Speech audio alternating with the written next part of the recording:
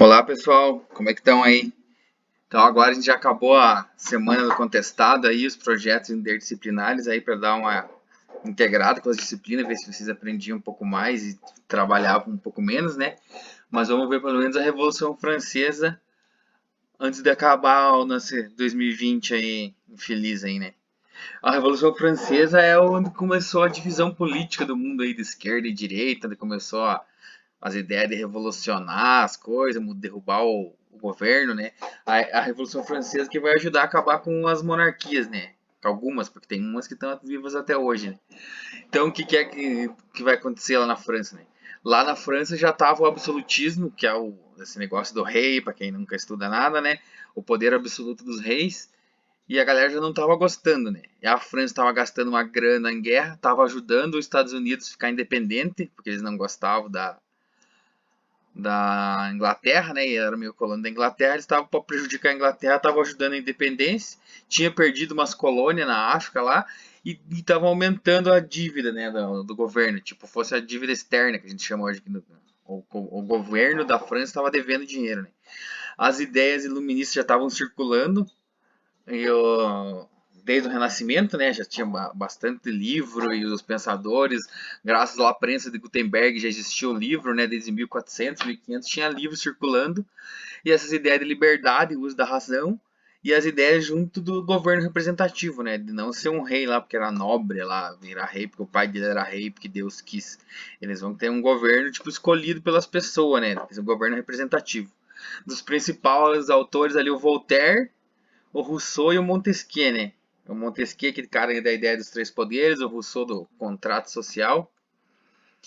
Então, aí um pouco antes da França, quem mantava lá era a dinastia da Bourbon, né? Que estava na França desde de 486, já fazia bastante tempo que estavam ali. E é o Luís XIV, ele que vai consolidar o absolutismo na França, né? Ele que vai ser o rei que vai governar todo mundo de ferro lá, né? Ele se chamava o Rei Sol, porque se não tivesse ele, o mundo não existia, né, na ideia dele. Daí nos filhos dele que vai começar a esculhambação, né? Mas enquanto era ele, não tinha. Ele já era desde os 5 anos, era rei regente, né? A mãe dele mandava até uma idade, depois ele começou a mandar. E ele que consolidou o absolutismo na França inteira, né? Tipo, dominou a região lá, conquistou quem era revoltoso lá. E participou de 3 guerras, né? A Guerra da França contra a Holanda, a Guerra dos 9 Anos e a Guerra de Sucessão Espanhola, que é pelo trono da Espanha. Aí é um paláciozinho das Tulherias lá, que vai dar bastante encrenca lá, que era onde o rei vivia também, né? Eles tinham uns 3, 4 palácios, cada época do ano morava num lugar, né? Aí é um dia da invasão, lá em 1792, lá que é na época da Revolução Francesa, perto aí já. Pode ver que aí é uns desenhos, né? Não é pintura de quadro, é os caras mais humildes que faziam essas obras aí. Esse é o Palácio de Versalhes, que era onde o rei passava, tipo, no verão lá pra caçar. A entrada do palácio. Então, como é que estava a França, né, antes de estourar a Revolução? Eles estavam devendo sempre 20%, então o déficit de 20%. Sempre você gasta, tipo, arrecadava 100 milhão, gastava 120. Daí no mês que vem você já tinha o 20 devendo, gastava mais 100 e tinha 80. E daí todo mês foi só aumentando, né? Gastando com a guerra lá da independência dos Estados Unidos. A corte, né, a galera da corte que era nobre gastava igual, não tava nem aí com a crise e fazendo esses empréstimos aí com as diplomacias que gastavam a grana, né? Então, né, a população da França, 80% era rural, essa nobre, essa galera da corte, morava tudo em Paris, nos lugares chiques lá, tipo, era tipo os amigos do rei, né? Então, e daí para ajudar, e também tinha as relações servil ainda, tipo feudalismo ainda na França, né? Tava já mudando, mas ainda tinha vários lugares que tinha. Um dos últimos que vai acabar isso vai ser na Rússia, né? No Império, quando vai começar a Primeira Guerra Mundial. Mas aí é um tanto antes ainda, né? Então eles vão. Quando der umas crises na produção, que vai ter as colheitas ruins, né? Então daí vai ter a praga junto, e vai ter uns 3 anos de colheita ruim lá e não vai produzir comida. Então a galera vai começar a passar fome, tipo, vai dar bicho ruim lá na França. Né? Então daí que as pessoas vão se revoltar. É sempre nessa hora, né? Pô, tendo a galera tendo o que comer, não é difícil de ter alguma revolta. Mas quando começa a faltar comida, daí que o povo se reúne e daí se seu filho tá passando fome lá, justifica quase qualquer coisa, né? O cara vai fazer. E nessa hora já era o Luís XVI, já era o neto do Rei Sol, né? Que é o que estava no comando da França, né? Então ele tentou fazer umas reformas lá para. Então, ali para frente a gente vai ver a divisão da galera. Tentou fazer umas reformas para diminuir os privilégios dos nobres e do clero, que era a galera da igreja, né? O clero, na verdade, era quem era letrado, mas 95% das pessoas que eram letradas era da igreja, né? Então, daí o rei tentou e tal, daí ele fez essa Assembleia dos Estados Gerais, né? Que tinha 3 estados, deixa eu pular aqui pra frente ali. Aí que era a galera, né? Então seria o primeiro estado, seria o clero, né? Os reis e a igreja, né?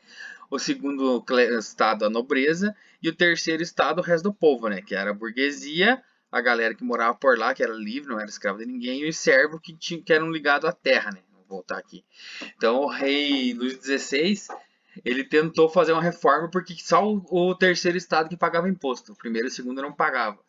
Daí ele tentou apaziguar a encrenca, né? Chamou, fez uma assembleia lá e adivinha, os nobres não concordaram nem com o clero. E como era um voto de cada um, o terceiro estado sempre perdia, né? Daí tem a chargezinha da época aí, que tá o clero e a nobreza em cima e o veinho representando o povo levando os dois nas costas, que era só eles que pagavam imposto, né? E ali é um tipo da galera se vestia na época ali, o sans-culotte, que depois vai ter, mas vamos ver mais pra frente os povos da Revolução aí. Então aí era mais ou menos a quantia de gente que tinha, né? Esse primeiro estado, que era a galera letrada, o clero, o povo da igreja, tinha umas 120 mil pessoas, bem mais ou menos, né? Não tinha um censo exato. A nobreza, umas 350 mil pessoas. E o terceiro estado era 24 milhões de pessoas, né? A população era bem menor que hoje em dia. Hoje essa quantia de gente aí tem vários lugares aí, mas naquela época era o país inteiro. Já a França tem muito mais habitantes que isso aí, né? E o terceiro estado se dividia em 3 galera, né? Essa burguesia, que era a galera que tinha um comércio, que não era ligado à terra, né? Que era o sapateiro, o ferreiro, o carroceiro, o cara que prestava um serviço lá pro cara, que era parte do povo, né? O burguês vai ser o primeiro momento, a galera que morava na cidade, que era o burgo. E o servo era atrelado ao senhor feudal, então ele tinha o direito de morar lá numa terra tal e o senhor feudal protegia ele, só que ele tinha que ficar lá naquela, não podia ir ser servo lá no outro lugar, ele tinha que ficar fixo à terra do pai dele, tipo uma herança que você vai ficar ali, se quisesse podia ir embora e ia ser um cara do povo, às vezes era melhor você ser servo e ter onde trabalhar e ter o que comer, né? Então ele vai ter essa primeira Assembleia Nacional Constituinte que o rei convocou lá para tentar diminuir os outros, pagar imposto também, né? E não deu certo. Só que daí ficou mantendo esse voto de categoria aí, que era um voto para o primeiro estado, um voto para o segundo estado e um voto para o terceiro estado. Então eles nunca ganhavam, o terceiro estado sempre perdia nessas coisas aí, né? E daí os camponeses começaram a se revoltar e atacar as propriedades dos caras e queimar os contratos. Tinha esses contratos do senhor feudal lá, você dizia lá, ah, tem trabalho na tua terra aí, se me empresta as ferramentas, eu tenho que te dar metade do que eu produzo. Daí tinha galera que às vezes estava ruim, o cara queria o mesmo quantia que produziu. Então a galera começou a se revoltar e queimar esses acordos, né? Tinha que fazer tipo um registrinho lá, fosse como se fosse um contrato. Até que daí em 14 de julho de 1789, que é o que vai estourar a Revolução Francesa, que é a data que marca inicial, que é a tomada da Bastilha.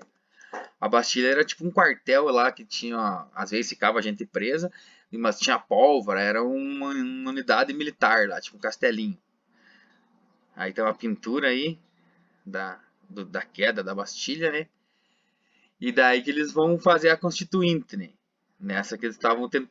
A Constituinte é pra fazer uma constituição. Então não tinha constituição, o absolutismo era a vontade do rei. O rei decidia uma lei hoje, amanhã era lei e pronto. Não tinha um documento para ele ter que seguir. Se tivesse algum, ele mesmo que fez, ele mudava. Então eles vão querer ter uma constituição que daí já tinha em outros lugares, né? A ideia de constituição para o rei ser limitado, né? Por isso que na Inglaterra era melhor umas coisas que a gente já viu lá, porque lá tinha já esses acordos desde o ano 1000. O rei não podia fazer o que queria. E lá na França, não. O rei fazia o que queria. Se fosse um rei louco lá, podia tocar o terror, né?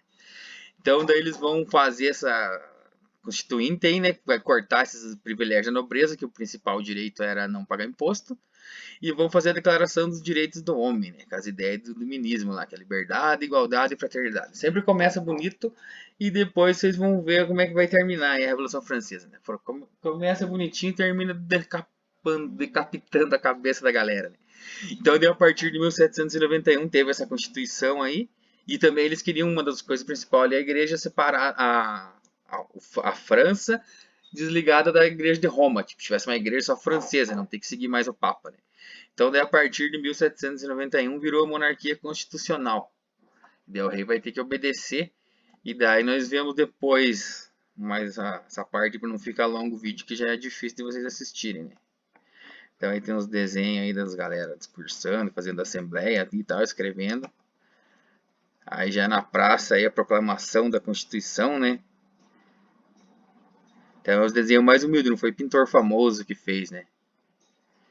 E daí depois essa galera aí vai começar a disputar entre si, né? Essas galera que venceu esse primeiro momento aí de como se fazer assembleia e tal. Mas então fica pra próxima. Até mais.